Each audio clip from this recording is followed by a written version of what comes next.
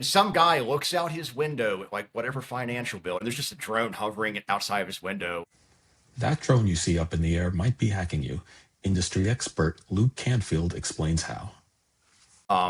Was basically using an LTE modem with a headless Kali instance, all the antennas on it, and either placing it into an orbit and using it as like a warflying platform, which very quickly can turn into running man-in-the-middle attacks or evil twins, rogue access points, and which like drone becomes the carrier for like that like cyber attack payload.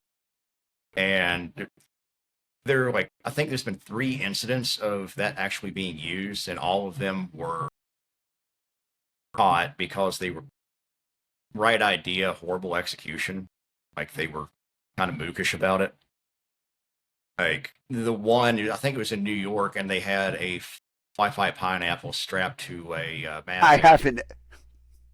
I and just. and some guy looks out his window at like whatever financial building, because these have all been done against financial institutions. Some guy looks out his window, and there's just a drone hovering outside of his window, and like yeah, they got caught. And So, wow. That's not and subtle. yeah, like it's just been the complete lack of subtlety. And the one that I used in my case study in my talk was, I think it was Eastern Financial. And they, like their network team, like they got into the server and everything, but their network team's like, there's a rogue access point here. Like they did signal tracing and they went up on the roof and there's like a Matrix 600 with like a Wi-Fi pineapple, laptop on it, battery packs. Just like parked up on the roof, someone just dropped it in there? Yeah, they landed on top of the HVAC, which like that'd be a good place to hide it if it was Yeah. disguised as something that's supposed to be there and not like a Matrix 600, which is a huge Yeah. drone. Like it's like a $10,000 drone too. Like, and it's not subtle. There's nothing subtle about this. And they just go upstairs, like they go up on the roof of their building, and there's like, well, that's not supposed to be there, obviously. And those guys got caught. I have a pineapple pager now, by the way, the smaller form factor, which we were supposed to put out. We didn't get a chance to put it out yet, but a pineapple page is a nice little piece of equipment. I actually was when I was out at DEF CON, I think was when they like showing it off before it like went on sale. And I look, cause I have like the big one. Yeah. And I was like, oh, that pager's be a lot easier to attach to a drone than like this big square with like 3 antennas sticking out of it. Then I have to work on like how am I going to modify the drone for ergonomics for all these antennas and everything else and the battery and like making a power jumper. Well, that's amazing that you've been thinking about that, because this attack, I guess you've called it some war flying or the man in the middle stuff. Adam has been talking about putting a pineapple on a drone and doing this, like, I think as long as I've known him, for like 10 years or so. So it's like we've come full circle. Well, It's that's finally possible, Adam. Just don't get caught. one of the big things to talk about is how drones get past human bias and like our limited like senses and abilities. Like birds have excellent eyesight. I've lost drones to birds before Oh, I'll bet, yeah. because they can see a drone flying in their territory from a mile away. Like we have a hard time tracking anything moving 50 feet in front of us, and that's before you throw in cell phones, cars, background noise, whatever's on someone's mind with their workday. Or is a person going to be able to see a 12-inch object moving at 60 kilometers an hour, 500 feet up, carrying a Wi-Fi pineapple? Probably not. Yeah. Like they'll be lucky if they hear it, because after you get like above 150 feet, you can't really hear them that well unless it is perfectly quiet. This is like, and birds aren't subject to cognitive bias. Like it's like, oh, no one's going to use a drone. I had like one guy argue with me once that, oh, drones, like no one's doing this with drones. It's going to be a guy with a laptop sitting out in the parking lot with his car. Well, if you have security guards who are worth anything, they're going to notice, hey, that car has been parked out there for a while, and that guy's been sitting in it all day, and we don't know who he is. Or this guy's been walking down the street back and forth in front of this building, and he has antennas hanging out of his backpack. We don't know who he is. That's going to be quickly noticeable. How many people are going up and checking the roof to see if there's like a Matrix 600 parked on top of the HVAC unit which was completely unnecessary. They could have had like a smaller one. Disguised it as a weather station and planted on the roof, and like it looks like a piece of the infrastructure. Spray like rattle can it to where like it blends in with the roof. Like you can go on Google Earth and see what the roof looks like. I'll tell you this. I have seen people using cameras on their roof using AI to detect objects. So whether it's Good. what? Good. Yeah. So there are buildings in New York City, especially, that do have AI enabled cameras on the roof looking for these type of things. Something big I'm getting from this discussion, and actually getting from your talk also, that I saw. It's funny when you talk about, the cars and we notice things, whatever. We do live in a three-dimensional world, but we largely exist on the ground. Yeah, and no, see things on the ground. And now with drones, things have become much more three-dimensional. It's like, You got to worry about the sky now. security exists in 3 dimensions. I make fun of Midwesterners all the time that they don't have a Z-axis.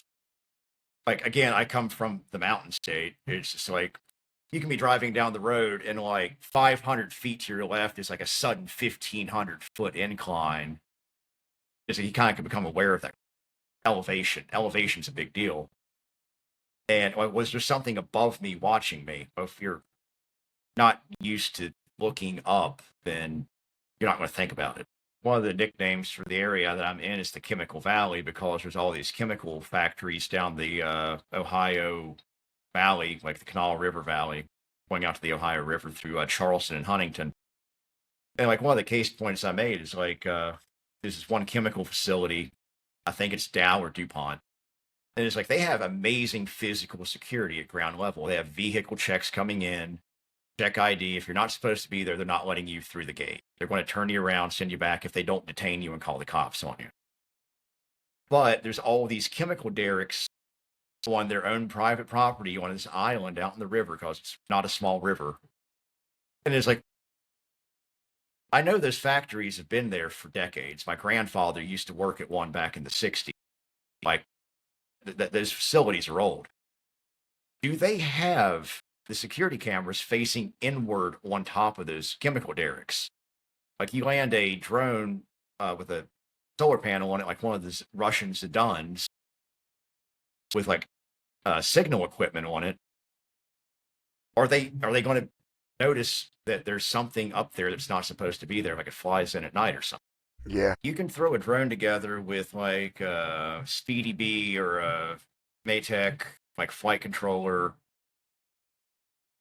and just fly it or program it, because you can program flight paths and all this stuff into it using RD Pilot or Betaflight.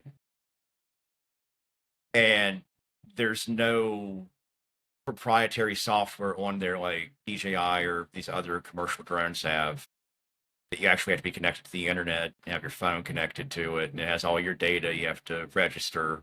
You have to, depending on the size, I would have to register it with the FAA. And you can just fly it without any Restriction, yeah. restriction. Okay, so you build one like that. Like you say, you get a flight controller. You obviously get batteries and all the stuff.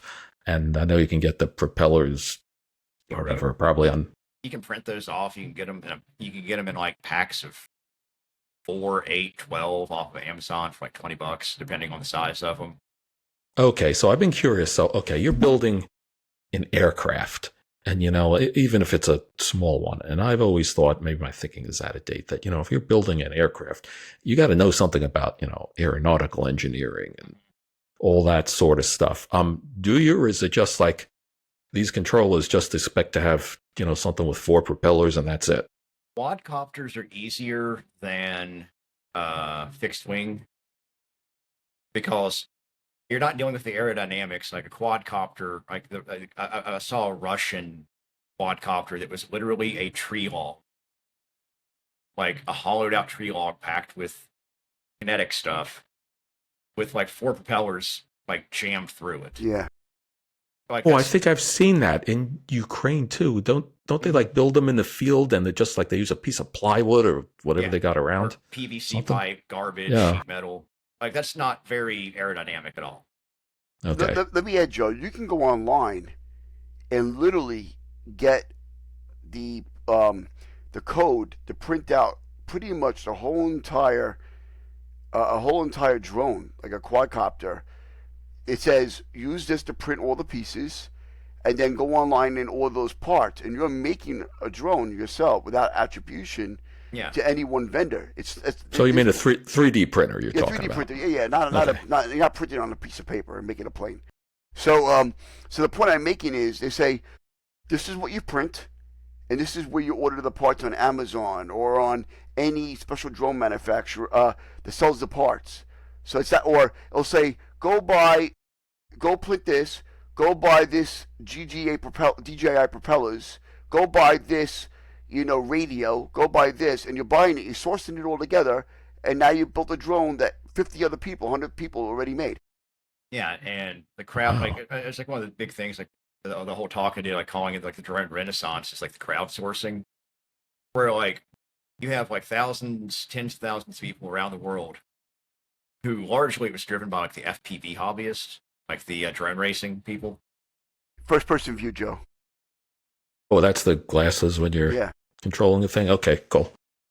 And any design that isn't good gets thrown aside, and what works is good, and they just build off of those. And a lot of the designs for like the Get Bash drones, like printing off stuff and throwing it together parts, like the stuff in Ukraine, like I think, like in my opinion, this is just completely my opinion, is advanced the drone space like 15 years ahead of where it was 2 years ago. Like I basically was hanging out in Starbucks until like there was like the wedding reception and going to the airport. And this book was amazing to me. It is called The Criminal Drone Evolution, Cartel Weaponization of Aerial IEDs. That's a And- mouthful. That's a mouthful. Yeah, they said the same thing. Okay. Yeah. Yeah. I mean, the people that wrote it were like DEA academics, drone people also, but like it's an interesting read. And it's a really quick read because I read it in like 8 hours because I had nothing to do for 8 hours. But like a big thing that they're talking about is like the cartels actually pioneered a lot of like what we were seeing with the drone stuff. It's like, Yeah. like everyone attributes ISIS over in Syria. They're the first group to use a weaponized drone. Actually, it was the Zenolas and the Zetas 2 years prior to ISIS. And a lot of the stuff in Ukraine that was attributed to like, oh, the Ukrainians came up with this first. Actually, no, it was the Mexican drug cartels. Are And you like, kidding me? That I did not know. Is it's that one, right? it's like one of the things. It's like this should be bigger news here in the Yeah. States because like I Yeah. can walk to Mexico. Like I'm in West Virginia right now, but I can theoretically walk to Mexico. It's going to take me a long time, but I could do it. But I have my slides up from the thing. I'm going to throw on YouTube later. U.S. Border Patrol reported that the Mexican cartel flies their drones over the border to harass and then bother the Border Patrol. I'm thinking about this. It's like I'm reading this now.